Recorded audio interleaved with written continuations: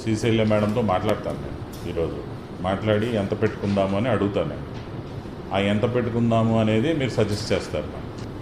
నా ఉద్దేశం ఏంటంటే మనం ఏ డబ్బు ఇవ్వాలన్నా గవర్నమెంట్ ఎక్స్చెక్కర్ నుంచే ఇవ్వాలి కదా.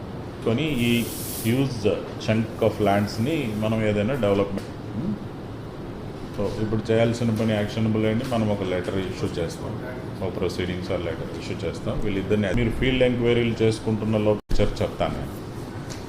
సో ఆ గెస్చర్ని అనుకూలంగానే మీ సజెషన్స్ ఉంటాయి.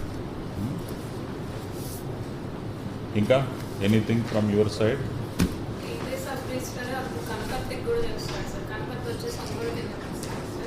కనపర్తి కామన్ పాలసీ ఎలా అవుతుంది దీనికి? అంటే సాల్ట్ ల్యాండ్ ఉన్నాయా? తీసుకుందాం, వాటిని కూడా లెక్కలోకి తీసుకుందాం. అయినప్పటికీ కూడా దీనికి అడ్జాయినింగ్ కాబట్టి ఆ రేట్లు అవి తీసుకుందాం అంటున్నా. కనపర్తి ఈయన జ్యూరిడిక్షనేనా? సో మనమే take that also into consideration. మనకి జిల్లా బార్డర్ దాటింది అనేది పాయింట్ కాదు కదా, ఆ ల్యాండ్స్ అన్నీ ఒకేలా ఉన్నాయి అనేది పాయింట్. ఎన్ని ఎకరాలు?